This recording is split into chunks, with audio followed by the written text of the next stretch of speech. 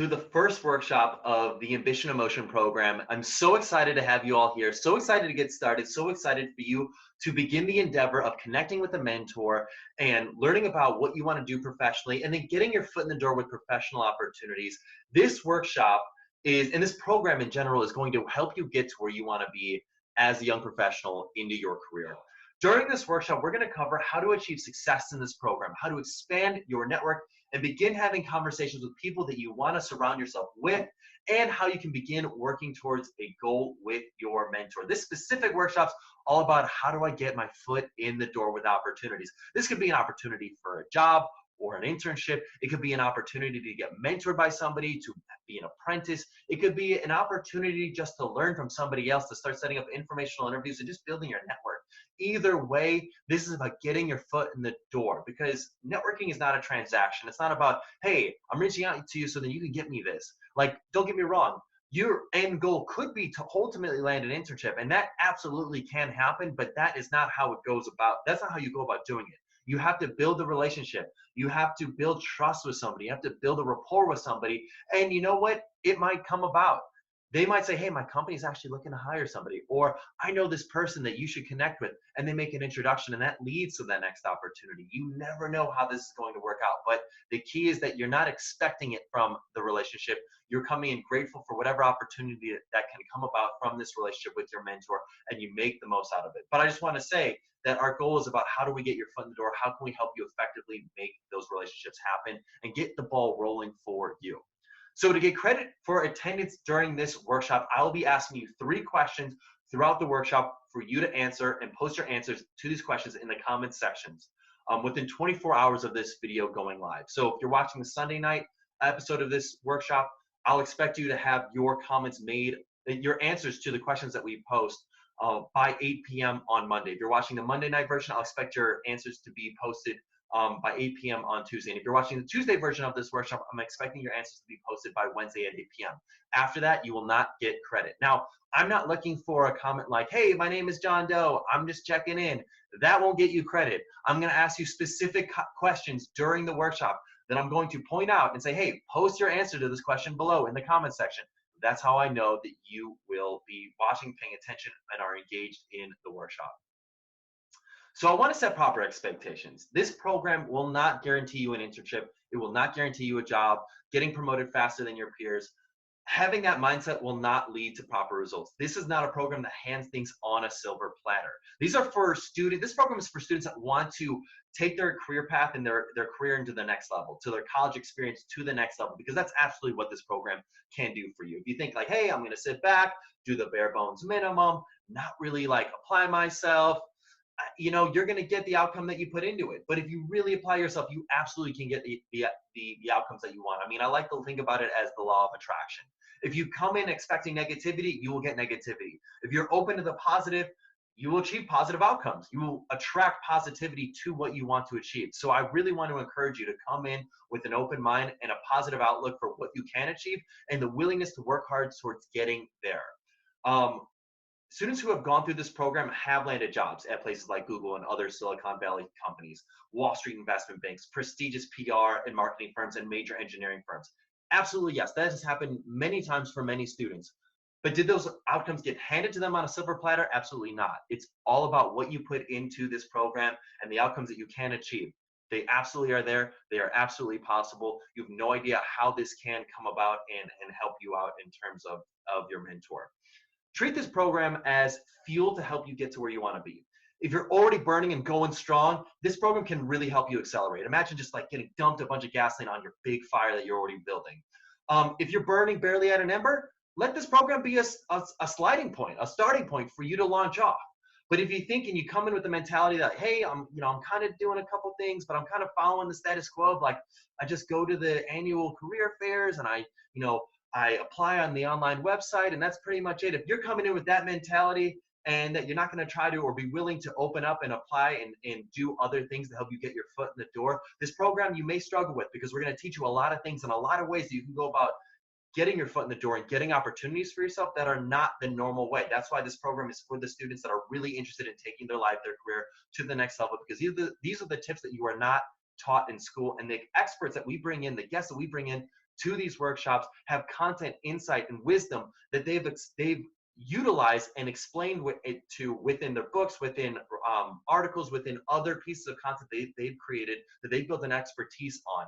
And so the point all I'm making is that this program, if you're interested in taking your life, your career, your college experience to the next level, you are in the right place. So I'm really excited to get started. Now, a couple of keynotes about mentorship. Now, when it comes to your mentor and who you were matched with, one thing that we leverage extensively is this research called work orientation, which is how you view your work. So some people view their work as a job, some people view their work as a career, some people view their work as a calling. Imagine a triangle and imagine it being a spectrum that can change throughout your life. So after you take your assessment and after you get matched with your mentor and you log into your dashboard, you can actually see your work orientation and your paired mentor's work orientation, which is really cool. Because what we've learned is when work orientation is aligned for a mentoring relationship, the likelihood that that relationship lasts for the full 6 months is considered both productive and quality by both participants increases by 400%. It's crazy how powerful work orientation is when it comes to mentor matching. If we were just to match you based on your career interest or their status within their company or their area of expertise, we know that those are only transactional metrics, and the likelihood that that relationship will last for the full 6 months and be considered both productive and quality is low, because then there's an expectation that someone's going to give you something or that you're going to give them something, and that's ultimately not how successful mentorship works. Successful mentorship works when both people can, on a human level, invest in each other, and that's how we make the matches happen. The other key thing about mentorship is vulnerability. The willingness to open up about who you are and what you want to accomplish in your story. I know that when you are more vulnerable, you are much more likely to build trust. You cannot build trust unless you've got vulnerability first. And it's up to you or your mentor to be the first person to take that step. So I want to challenge you to be the first person to take that step, to be vulnerable first. And to give you an idea of what vulnerability looks like, I will share with you my story. Now, I'm passionate about mentorship. I'm passionate about mentorship because I needed mentors in my life. From age 15 to age 19, I was a drug dealer. And at the end of my freshman year at Indiana University, I got arrested in an undercover operation by the Indiana University Police Department. And I got 5 felony distribution charges. I was expelled from school, and I had no idea what I was going to do with my life. And I mean, that hit me like a brick wall. I mean, up to that point in time in life, I thought success was you go to school, you get good grades, you get a job, and then somewhere along those lines, you find yourself, like as if it were puberty, it would just come to me. But that's not how life works. And I had to learn that the hard way. Because no one who I had known, no one who I had ever known that I ever thought was successful ever was a drug dealer. And so I had to accept either being a total failure or redefine my definition of success. And so I chose the latter. So I ended up enrolling in a program in St. George, Utah, to help me turn my life around. And that's where I really got exposed to the power of mentorship, both on a personal level and a professional level. On a personal level, really having personal mentors, people that are there for you, are so powerful. I don't want to ever discredit that, because I feel like sometimes when we're here, we're thinking about our professional outcomes, we don't realize how valuable mentors can be on our personal level and really what they can do for us. Because if they help you open your mind to what you can accomplish in your career or what you can accomplish as a person and in who you can emulate your life after, they can really show you something that you didn't actually even believe in yourself that you could accomplish. And I think that's so powerful. And that's really what they did for me. But on a professional level, they helped me really come to the grips with the fact that when you Google search my name when I was 19 years old, the first thing you saw was IUPD does drug sweeps for 8. And I'm one of the 8. I mean, there could not have been a bigger red X across my name when applying for any role. I mean, could you imagine that? Literally, any role I would apply for, I would have showed up with a big red flag. That is bad. So about a month after living in Utah, I flew back to Chicago. That's where my family's from, for the weekend to let them know my life's getting on track. On that flight, I'm sitting next to a guy. We start talking. He starts sharing with me about his life. I start sharing with him about my life.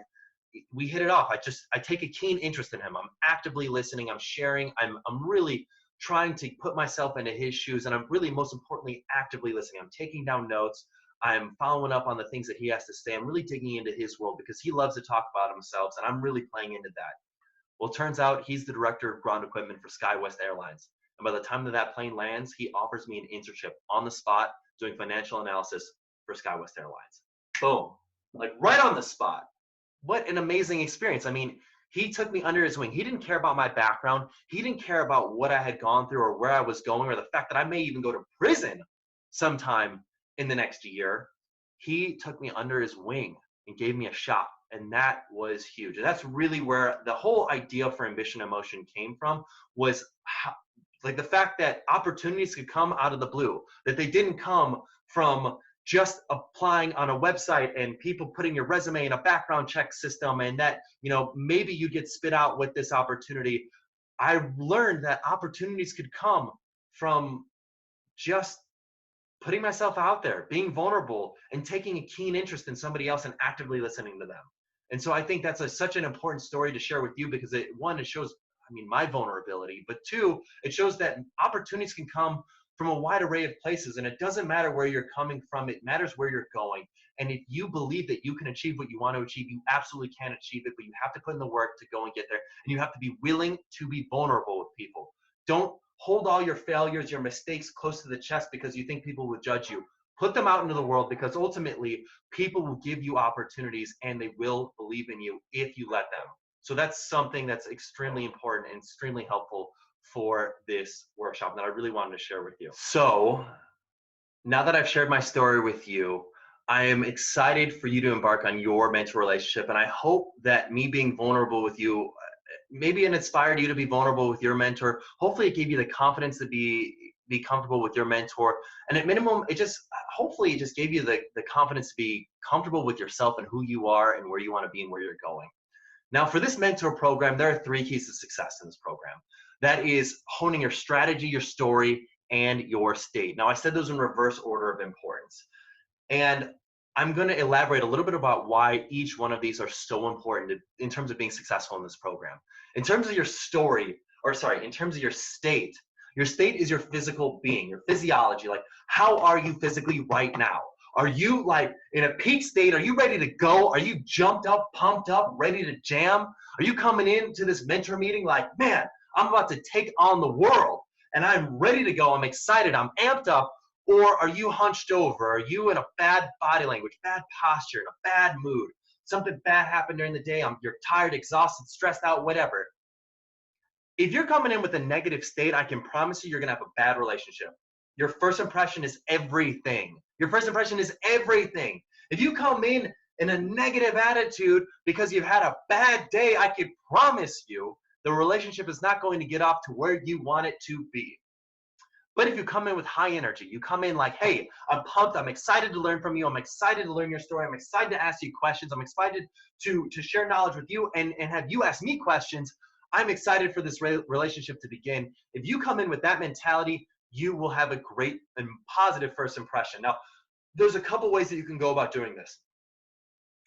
One way, and my favorite way to go about getting yourself into a peak state physiologically, is to get up, shake it loose, and yell at the top of your lungs. I know it sounds crazy to do something like this, but I want you to do it right now while you're watching this video. I don't care if you're in your dorm room. I don't care if you're in your house.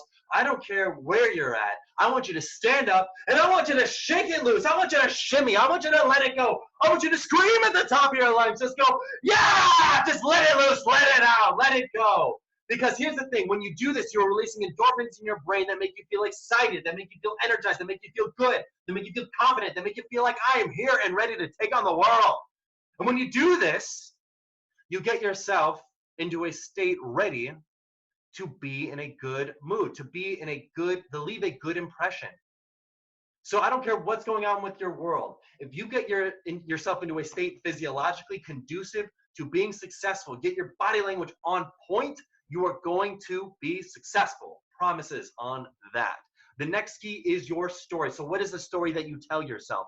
If you tell yourself a story like, oh man, I'm an introvert, so I couldn't possibly be good at networking, or I couldn't possibly be good at socializing or being around other people. Or if you tell yourself, I'm an extrovert, I'm crazy around people, I can't even handle it right now, I'm nuts. I can't even contain myself when I'm around people. I'm just like a blabbermouth. I have word vomit. I just let things fly like crazy. If you tell yourself these stories for why you will or won't be successful, that will become a self-fulfilling prophecy. So back to what I was talking about when I said the law of attraction. If you believe that you can be good at something, you will be good at something. I promise you that. But the key is you have to believe it. And the second thing is you have to practice it, because networking is a skill like shooting a basketball or knitting a quilt. The more you practice, the better you get. So if you think, oh man, I'm an introvert or I'm an extrovert, which makes me bad at networking, you're not going to practice networking, which is going to reinforce you being bad at networking. But if you work at it, if you practice, if you use this mentor program to meet with your mentor, someone who's got like of no consequence to you, like if you, God forbid, mess up this relationship with your mentor, what is the worst that happens? This was a total stranger that you've never met before this moment. Now all of a sudden you're building this relationship. Why not give it a shot? Because here's the thing. If it ends up working out great, it gives you the confidence to start reaching out to more people and building a better rapport with more people and building your network. And then all of a sudden you can become better at networking. You can be better at building relationships with other people. And you can be better at learning opportunities when they arise and getting your foot in the door. So the point I'm making here is, what is the story you tell yourself? What is the thing that you've got in your mind for why you will or will not be successful? And the key here is that if you do have something positive in your mind, I promise you, you are going to be much more likely to manifest that outcome for yourself. And the last key is the strategy. So what are the strategies that you are going to leverage to help you getting your foot in the door for an opportunity? Now, here's something that I like to do. I like to implement new routines every single month, because what it does is it helps me get into into powerful habits. Now, some of them stick, some of them don't stick. Some of them take, a while to stick. Some of them take practice, and that's okay. But the key is that you have to start. And so one thing that I would love for you to start doing in terms of a strategy to help you build a strong routine that will help you start getting your foot in the door is the one, if you don't have a LinkedIn profile account, get a LinkedIn profile account. LinkedIn is a powerful tool. It's so powerful. Well, then once you've gotten a LinkedIn profile account, I want you to connect with 10 new people in your field, not just 10 new friends or whatever. If you're just starting your LinkedIn account, friend request everybody. Get as many as you can. In fact, you should really try to get above 500 plus LinkedIn connections, because once you're there, you are much more in the LinkedIn algorithm likely to get recommended by other people in terms of connecting with them. But more importantly, I want you to connect with 10 new people in your field of interest. So if you want to get into banking, connect with 10 bankers. If you want to get into marketing, connect with 10 marketers. If you want to get into engineering, connect with 10 engineers. Connect with 10 new people every single week. And it's a really easy thing to do. Send them a personalized message. Say, hey, Jane Doe, I'm a student studying XYZ category. I'm really interested in your work, and I'm interested in potentially pursuing a career in this path. I would love to connect and maybe learn a little bit more about your work, your name. It's the simplest message. And in fact, if you go on the tips and templates tab on the AIM dashboard, you can actually see a copy and pastable link that you can literally copy and paste to help you send this message out to other professionals on LinkedIn. But if you can get into the habit of sending 10 new people a connection request every single week, I promise you, you are going to start meeting with some of these people, and this could open up doors that maybe weren't even there or you didn't even realize were possible. I strongly encourage that. 70% of all job offers go to somebody who knows somebody at that company, not from just applying blindly on a college career website. I promise you that. 70% of jobs go to someone who knows someone at that company. So if you can build relationships with somebody at that company, your resume will go to the top because you were a referral, not a random stranger who applied. Build your network. So one thing that I love to do, and by the way, we're about to get started into our guest speaker, but one thing that I love to do before, to really reinforce what we're talking about, one thing that we've learned is teaching something to somebody else. So think about something that you've learned within these first few minutes of this workshop so far, or something that you will learn through our guest speaker in this workshop. I want you to think about that, and I want you to teach it to somebody else, something that you learned. And the reason why this is so powerful is because learning something in a workshop is amazing. I mean, sure, I'm on here, I'm on this video, and that's great. That's all. That's amazing. That's fine and dandy. But if you go back to bed, or if you're like, oh, that was cool, I kind of took a note, whatever, like that might stick, but the likelihood that it actually sticks increases exponentially when you teach it to somebody else. So find a friend, find a stranger, find somebody, and teach them something that you learned this evening. And I promise you, it will reinforce substantially more in your brain. You are much more likely to adopt the habits that you are learning. You're much more likely to apply the skills that you are gaining. So that is the key thing that I really want to stress with you from this workshop. So I'm really excited to jump into our guest speakers. We've got a great one for you this evening. I'm excited for you to learn from our guest.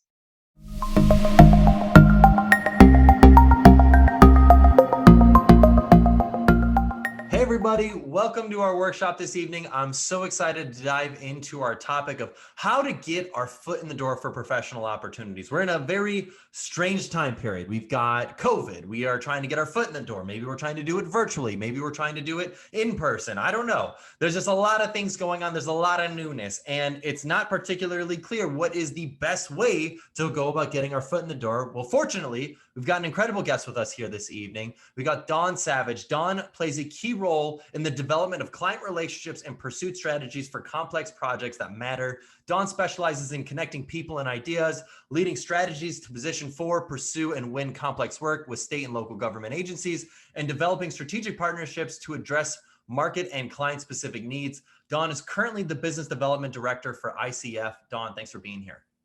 Yeah, thanks very much for having me today. And hello, everybody. So I know I kind of gave a little bit of an overview of what you do, but I would love if you could just describe how you got to where you're at today, and just like an overview of like, what were the steps along the way that you had to take to get your foot in the door with opportunities? Was it cookie cutter, or did you have to meet people? Did you have to shake hands? Did you have to connect with people? Did you have to build relationships? What was that process like? Yeah, absolutely. So no cookie cutter in my career path at all. I was a design major until I was a senior in college, and then I graduated with a degree in economics and business. So I'm pre-computer. So I knew I was great at window design, and you could get a job and survive in that in New York, in Chicago, and New York, and Chicago, and that was not going to be me. So business and econ always was something that came fairly naturally to me. So it really changed my my career path pretty dramatically to go into something that was very much business focused.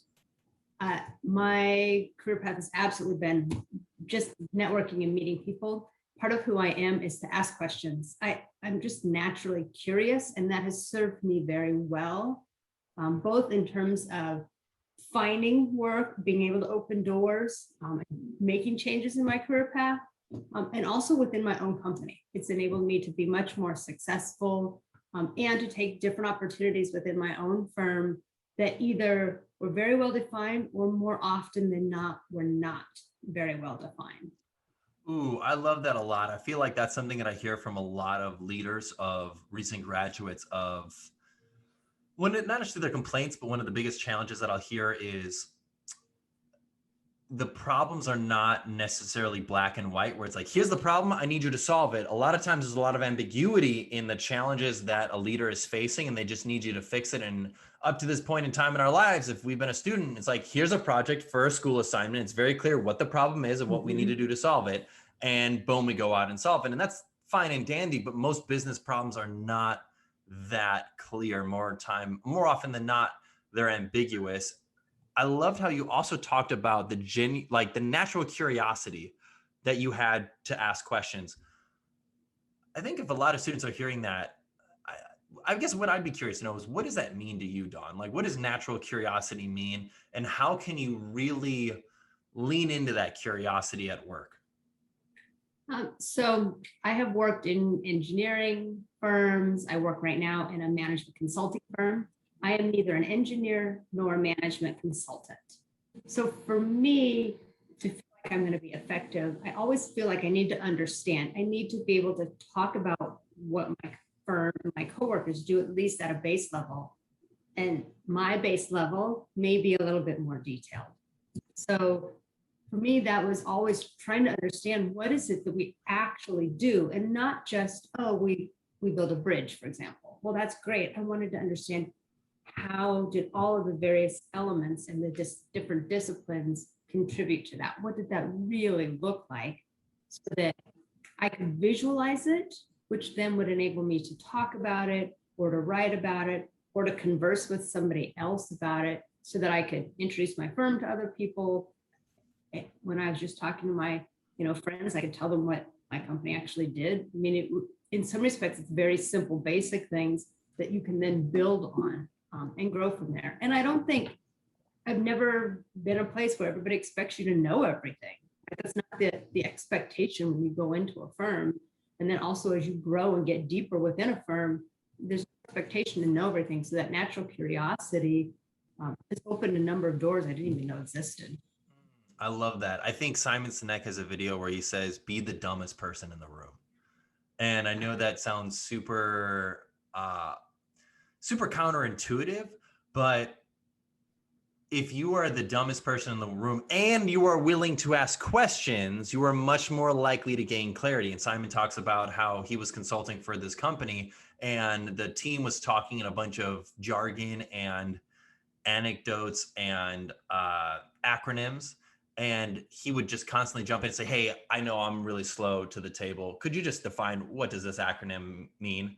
And what he ended up finding out was that half the people in the room had no idea what that acronym meant, but nobody was willing to ask the question. It's like they had gone to enough of these meetings and the person had said the acronym enough times. They're like, darn it, I really should know what this acronym means, but I've got no idea what this means. And I think there's a lot of power to that because I see a lot of times in the classroom setting, like what percentage of students raise their hand when a professor like asks them a question? This is like 10%, but does that mean only 10% of students actually have the question? The answer is likely not. So my question for you is, did you have to overcome some fear or overcome that potential willingness to be the stupid person to then feel comfortable asking the questions? Does that question make sense? Yeah, it makes total sense. I don't know if I actually had to overcome that or if it was just comfortable. Like one of the things I would say was to explain it to me like you would explain it to a kindergartner, explain it to me like you'd explain it to a second grader, because I felt like I have worked in my career with such brilliant minds. These are technical experts. These are people who have deep subject matter expertise and I have zero. And so they would talk and I'm sure my face gave it away. This look of like, what in the world are you saying? And the more we were able to talk about it, not only was I able to build my knowledge, but it just built great rapport with my coworkers so that it became easier when we did work together or when we were going to tackle a problem together. We already knew the ins and outs of each other, right? We knew how each other would react and respond to one another. I knew if somebody was like, the best time for me to catch him is in the morning over coffee, or the best time for me to actually be able to sit down and have a conversation with this person was at 4:30 when they were, wrapping up their desk. And at that point, they would sit down and actually have a conversation, but it enabled you to figure out some of those also ways just to connect. I think maybe putting the question in a different way, what would your advice be to a student who's afraid to ask the question? You have to get over that fear. Okay. Nobody, like I said, nobody hires you expecting you to have all the answers. Even in, like I said, I work for a management consulting firm. That's what, right? So companies would hire us to provide answers. We still do that in a team environment. One person doesn't have the be all end all answer. The other thing around that is asking questions is actually what enables you to get to a solution. Otherwise, you're just taking everything on an assumption. So sometimes a question could be verifying, can I verify I heard this correctly? Or this is what I understood you to say. Is that what you meant? Or how did we get here? What came before this? So kind of looking for those questions that maybe aren't saying directly, I don't understand what you mean, but that help look for that broader picture or the bigger picture so you have a more complete understanding, because that also enables you to then provide so much more as an employee. That's great. I think that makes a lot of sense. I think that's, it's difficult, I think, for a lot of students to hear that, but I think you're right. I think it's like, if you can get over that fear of looking stupid, you are going to be so much better served in your life and your career, because you're going to be so much better. I guess maybe I'd love to ask the students a question right now. What is the time that you asked a question and the response that you received not only surprised you, but informed you of information you did not realize or didn't assume was true? Post in the comment section. I'd love to learn about that. So I think it's just empowering to have a community of other people to see, oh, wow, like here's a time where somebody asked a question. They thought it might've been a stupid question and it turned out to be an awesome question, and it gave them insight into something that they didn't even think about. So let's talk about getting our foot in the door. Let's talk about networking. Let's talk about relationship building. How do you, like, what is your go-to way for going about doing it? Do you have any stories of times that you built great relationships with people, but it came from zero expectations, or like a limited expectation of like what would happen from the relationship? So I generally think of networking as give and take, right? I can't network with the sole intention of getting something from somebody. If I don't invest, I don't get anything back. So I go into most networking scenarios expecting the bare minimum, so that I'm pleasantly surprised. And I'm an introvert, which is crazy for somebody whose job is business development. So when I go into a room of hundreds of people, it's not my comfort zone. So I have to really work to get over that. But I would say, like, at that point, LinkedIn is my friend, because I can look up and see, generally you can see who's going to be at some type of event or who works for a specific company. I can see their picture. So I already kind of have an idea of who I might be looking for, or it just gives me that comfort of, okay, when I'm going to talk to this person, what do they look like? I might know something about them. And all of those things, right, they break that ice. So networking is easier, or having that conversation is easier. And obviously the first part of networking is being able to just introduce yourself and make the other person feel welcome in terms of having a conversation.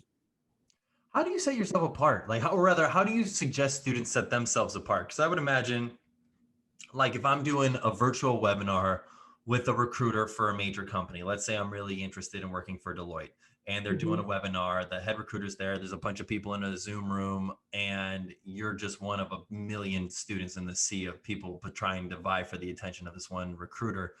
What can I do to set myself apart? What can I do to make an impact? A couple of things I would suggest. One, be early, not on time, be early. We talked about, we dress for the part we want. It's hard in virtual times to get dressed. I have a closet full of suits I don't wear anymore. But thinking really about that impression you're going to create, and then prepare. So, as you do that research, if I'm meeting with Deloitte, what is it that I've looked at, and looking at their website, have I been able to discern anything about the company that I want to know? And I would say, come prepared with questions, right? I'm a question person, but that at some point there will be information relayed. If you ask an intelligent and informed question, you automatically stand out. And the last thing I would say is follow up and email to thank them for the time and for the interaction. If you can mention something specific that was discussed during that also, all of those things become little tick marks, so to speak, that add up, so that the recruiter hands you forward, because that's the ultimate goal, right? Is to get passed forward to the next round. I love that. I think that makes a lot of sense. Are there specific tactics that, like, if you have a one-on-one opportunity with another professional, are there specific tactics or suggestions you have? I think sometimes I often see students, when they meet with somebody one-on-one, for better or for worse, they make it all about themselves, because in their mind they think, like, how is this person supposed to be interested in me if they know nothing about me? And a lot of times the advice I give is, they really don't care about you. Like, just put it out there. They don't give two craps about you. They care about themselves. And so if you can ask questions about them, you're probably more likely to be a lot more likable than anything that you might share with them. I don't know. What are your thoughts on that, Dawn? Yeah, I agree, right? There is a statistic, and I don't know it off the top of my head, about how self-centered, right, we all are, whether that's about ourselves, about our own company, about our own client. And so again, coming prepared for that kind of conversation, whether that is, right, think of that icebreaker of, how do I have that initial door opener? What is that thing that makes me comfortable if I comment on something I read on the website, or something that individual wrote on their LinkedIn page, or something a trend that's happening in the marketplace? But that willingness to get their input, right? Especially I think, right, if you're looking for a job or something, that question is say, hey, like, this is what I'm interested in, or these are the types of activities. Like, can you tell me a little bit about how you approach those, so that it's not simply about, hey, what does your company do? It's more personal. So that it's, how do you think about this? Or how would you tackle this type of challenge? The other thing I would say that comes with networking is it is about connections, and being willing to say, if somebody brings up a need, that whether you can solve that or not, but being willing to introduce them to somebody. But I think you also have to ask for their willingness to potentially introduce you to someone else if there's an opening. It's not necessarily somebody within the same company, right? You're not saying, oh, can you introduce me to your boss or to a coworker? It may be that, depending upon the scenario, but it may also be that what you were just talking about sounds really interesting. That's very much something I would like to explore a little further. Is there someone you could introduce me to who can tell me a little bit more about that kind of path? But being willing to ask for that as well. You have to, right? Even though you're networking and you need to give, you also have to advocate for yourself. The ask, however, has to be really limited. I can't ask 10 things. I can ask one. I think that's cool. I think that makes sense.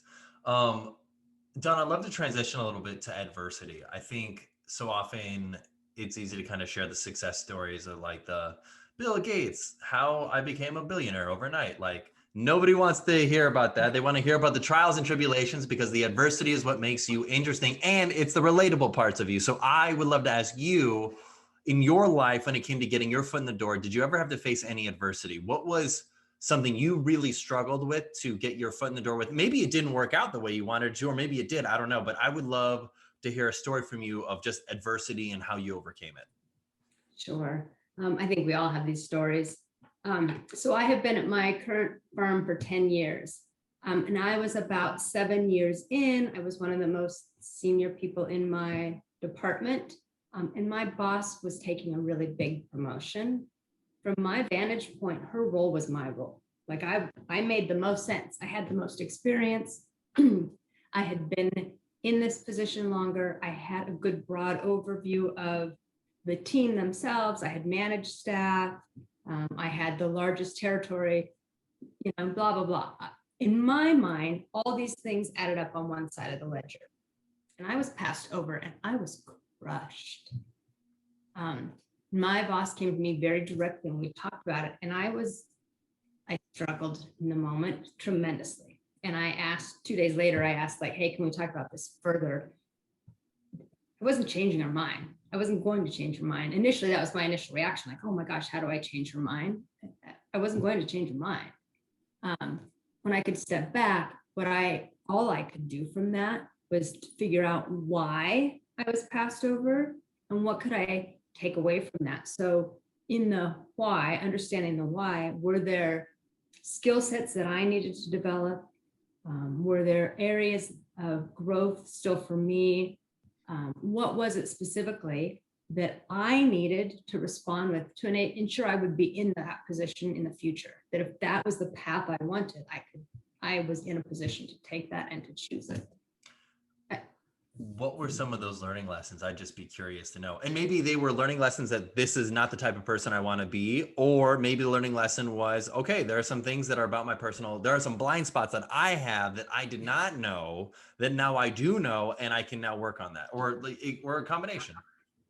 One of the needs was significant data reporting. And I am not a detail person, which I knew, I know about myself. I'm not a details person. I generally will back myself up with somebody who is, because that is not my strength. One of the other things that we surfaced during that discussion was I would have said I wasn't a process person. I am very much a process person, but that was a huge eye opener for me, that the way I viewed myself and spoke about myself and the way I would approach challenges was didn't align with the way I actually did approach a problem or challenge or my daily work. And so between the two things, I have intentionally said I'm not going to become a details person. That's not part of me and where I want to excel. But recognizing, oh my goodness, I love process. It's super important for me to be successful and for my teams to be successful. That was a big transition and gave me some opportunity to learn a little bit how to approach that and talk about that differently. And as a result, it ended up opening a totally different door within my firm that I didn't even know existed. So if I'm hearing you right, you were telling yourself a narrative that was not serving you, and you let that come out, and people took that at face value and not an actual quality of the work that you were providing. Is that correct? Yeah, absolutely. That's interesting. I'd love to take a moment to pause and ask students a question. When is a time that you had to overcome adversity when it came to anything? Post in the comment section. I'd be very curious to know whether it be you didn't get accepted to a certain school, or maybe it was you didn't get a grade that you wanted with the course, or maybe it was you didn't make a team that you wanted to make, or get a job or an internship you wanted to get. Post in the comment section. I would love to learn, what was the adversity that happened to you, and how did you overcome it? What did you learn from that circumstance? Because I think that the learning lessons are so powerful, and if we can acknowledge that we can learn from them, that's a true testament to our own self-awareness and vulnerability, but also our ability just to be learners and growers. Because if we blame other people, it's not serving us in terms of our own trajectory as we move forward. So Don, I'd love to chat about other ways that we can go about getting our foot in the door virtually. I mean, right now we're remote, or a lot of people are remote for that matter. What are your thoughts on LinkedIn? I'm a huge LinkedIn advocate. There are so many things that you can use LinkedIn for, right? It's a great way to simply follow people that are interested in areas that you're interested in, whether that be something professionally or personally. It is a great way to follow companies that you may be interested in interviewing with, right? To see not only individuals, but how does the company present themselves? You can learn a lot about a company culture or the viewpoint through LinkedIn. And then the other thing with LinkedIn is there are some amazing learning resources that are free, that are right? They're short little classes. So I can take a 5-minute lesson on something that, gosh, I've forgotten how to do this, or I really don't know how to do this. And I don't have to be proficient, but I at least have to be able to do this. And do you find that most people on LinkedIn are open and interested in helping students as they pursue their career paths? Yeah, I'm amazed how willing people are to accept connections, to accept that networking request or that connect request, and then have a conversation. So it's the other thing I would say is it's a great way to engage in conversation. So if somebody is posting a comment or posting an article, comment on that.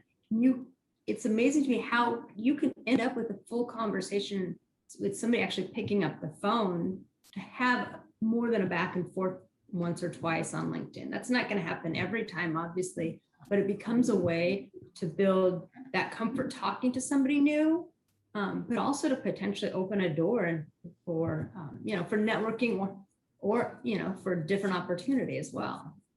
What have you seen? Like, have you ever worked with any students or recent graduates that put themselves out there or got their foot in the door in a really unique way that you would be like, I would totally advocate for that? Most people don't do this. What are the things most students don't do that if they did, they would put themselves way above the pack in terms of getting their foot in the door for opportunities? So a couple of things. I would say a complete and creative resume. And when I say that, I don't mean creative like I pumped gas. I know I say I'm a petroleum engineer. Like, that's not creative. That's lying.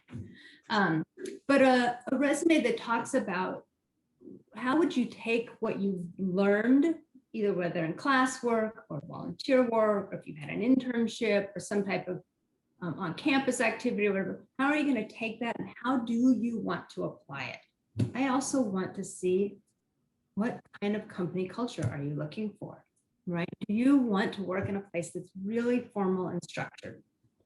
Do you work best in a team environment? Do you thrive on somebody giving you guidance and letting you run and then pulling you back in. So tell me a little bit about yourself, because I also, if I'm an employer, I have to be able to envision you in my culture.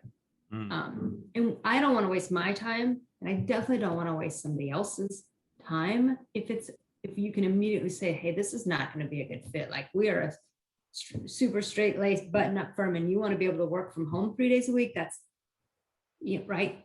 Allow yourself that flexibility.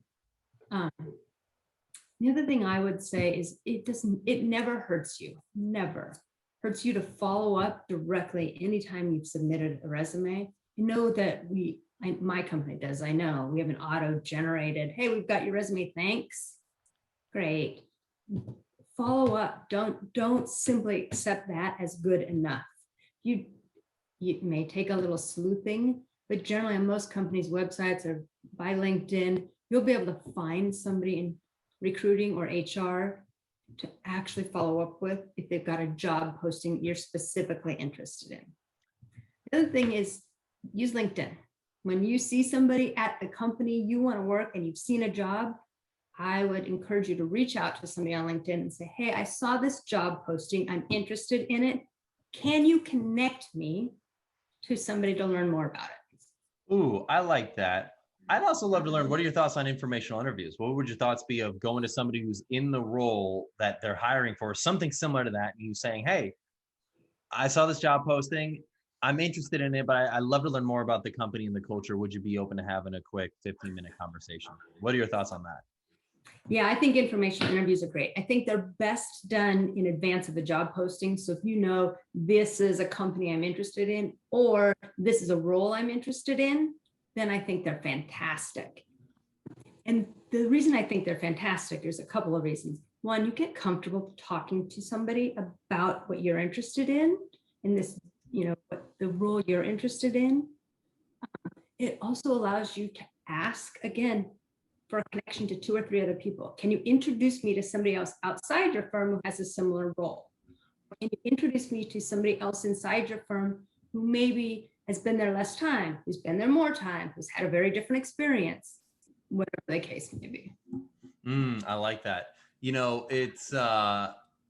It makes me think of a question I'd love to ask the students real quick. And the question is, what is your top 5 company list? Post in the comment section. I'd love to learn, what are the top 5 companies you would love to work for? Maybe they don't have a job opening right now. Maybe they may not have a job opening ever. But you're just genuinely interested in this company. What's your top 5 company list? Post in the comment section. I'd love to learn about that, because I love the intentionality, Dawn, that you gave about just this idea of laying out, what are the types of companies that I want to work for? And then once you've laid out that company list, students, what can you do right now? Can you go to LinkedIn right now, search people that work at that company doing the type of role you'd be interested in? Can you send them a connection request? Like, why not? Why not? So beyond LinkedIn, are there other ways students can go about getting their foot in the door for opportunities? And it doesn't necessarily have to be jobs or internships. It could just be for informational interviews or conversations with other professionals in the field. Like, do you ever advocate for students joining professional associations, or I don't know, just joining other network with people working more remotely? There's a lot more online webinars of just different industry groups coming together. Like, what are your thoughts on that? Do you advocate for that? If you do, how can students go about getting their foot in the door and joining some of these groups? Yeah, I definitely think that's a great idea. Associations, chambers of commerce, trade associations, anything along those lines become great networking resources. Most of them have a student membership, but you don't even have to belong in general. If you reach out to somebody who's in what I will say association leadership, because so many associations have local chapters or whatever they want to call them, right? They have something at a specific location. So those are all volunteers. Those are all people who are already working in the industry. So reaching out to them, they generally they're already volunteering time. So they already have that giving personality. They're more than happy to take a quick email or phone call from somebody asking, hey, when is the next event? I would love to participate in this. I'm a student and I'm exploring this. Is there a chance that I could participate without paying for it, because no student has extra money laying around. And 9 times out of 10, the answer will absolutely be yes. And take advantage of those opportunities. Like, you simply going isn't enough. We talk about this in terms of networking once you start work as well, that like attending a rubber chicken lunch doesn't count. You have to participate. So that means, you know, coming prepared to be engaged in the conversation. If it's online, I'm going to intentionally listen to the conversation, and I'm going to ask an informed question or two. Doing the same thing, I would say, especially now when so much is virtual and online, write down who's there, right? You can see who's talking and who's commenting, write that down, and then also connect with them and be willing to ask them to have a conversation or for an informational interview. And it then becomes an easy thing to say, hey, I heard you talking, or I saw you, or we were met at, or we both attended, we both participated in. That immediately breaks the ice. So they automatically are like, oh, okay, this person and I already have something in common. I love that. I love your tactic. I think that was a golden nugget there. Students, if you weren't paying attention, if there's an industry that you want to pursue or get into, invariably there is almost definitely an association that's attached to that industry. And you can go to that association website. You can find their board. You can find their volunteers. By the way, these are all professionals in the space. They're volunteering their time to be on the board. They are more likely, they're probably the warmest people you could possibly reach out to give you guidance and insight. So maybe you find them on the association website. If your email's not there, go on LinkedIn, find them on LinkedIn and say, hey, I noticed you were on the board of XYZ Association. I am interested in this industry. Would you be open to connecting? You reach out, you schedule a phone call, boom. Like, I think that is a great idea for students getting their foot in the door, because ultimately you could reach out to a ton of different people, and it might be a wide variety of responses you get from professionals. Some people just aren't really into the whole LinkedIn thing, and that's fine. That's okay. Don't get down on yourself, students. But if somebody is a volunteer for an association, you know, they're about as warm as it gets. They want to help people. Garrett, there was a time when I was a president of an association at a local level, and I got a phone call from a young man who was getting ready to graduate and was looking for a job in this industry. And I was floored. I've never heard of anybody saying like I intentionally want to be in this industry. In fact, we laughed about it on the phone, and I asked like, why this industry? What even made you? And his father was in the industry. And so I didn't have a job, but I was able to connect him to 3 or 4 other people and give him access to our website where we posted job openings. 6 years later, he ended up working for me. And he, to this day, has been a lifelong friend and an amazing person who, like that story, he and I told this story 100 times about how these little tiny connections that are unintentional can sometimes pay huge dividends. I love that. That's an incredible story. That is exactly what I'm looking for, Dawn. That I feel like for a lot of students, they hear that, and that's a great testament to just somebody putting themselves out there and asking and doing something that other students weren't willing to do. I love that. So I love to flip the coin a little bit. Is there a wrong way to go about getting your foot in the door? Are there any things that you would is there anything that is not the right way to go about doing this? I think you can be, I think you can be too pushy, okay, right?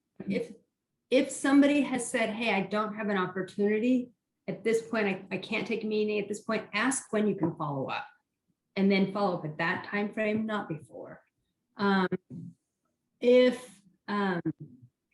Don't lie, obviously, right? The petroleum engineer is the perfect example. We all, when we're hiring students to come to work, right? Nobody expects you to come with this wealth of experience and knowledge. We are very intentionally looking for junior staff who we want to infuse the new ideas that they're bringing into our companies. So we are very intentional about that.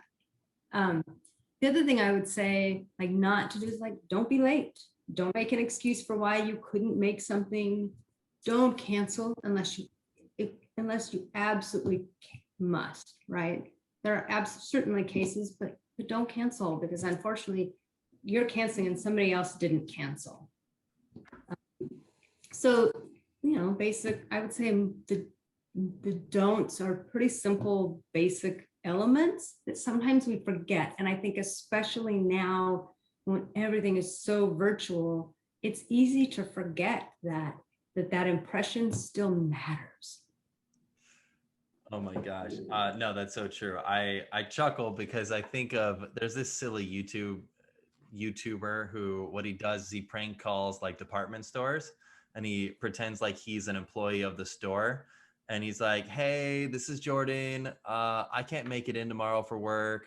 They're like, why not? Is this an excused absent? He's like, it's just really nice outside and I really just want to go surfing. Like I'm just not feeling it tomorrow. So I just wanted to call and let you know in advance that I'm just not going to be there. And you just hear these managers like going, spinning their wheels. They're like, Jordan, have you done this before? This will be counted as an unexcused absence. And he doesn't actually work there, but it's just like, the point is you don't want to do that. Like that, it's a silly joke. It's a parody, but, and something, if you want a good laugh, something to watch. But the point is don't do that. Because ultimately there are people that are going to be respectful and professional. And that is one way that you can show it, is just by not disrespecting somebody else's time. Well, Don, this has been a really great conversation. It's been a really great workshop. I really appreciate you being here. The final question I have for you is how can our students connect with you and learn more about your work? I know we've talked a little bit about LinkedIn. Would you be okay with our students connecting with you on LinkedIn? Yeah, absolutely. Please do connect with me on LinkedIn. You guys will be helping me as well to grow my network, so we can get to know each other a little bit better. It's Dawn Savage. I work at ICF. That's helpful. I'm not really on any other social media platforms, but I would be more than happy to talk to any of you. Perfect. Awesome. Well, Dawn, thanks for being here. Students, thank you for being here. I look forward to seeing you in our workshop, in our next workshop. Have a great rest of your evening. See you, everybody.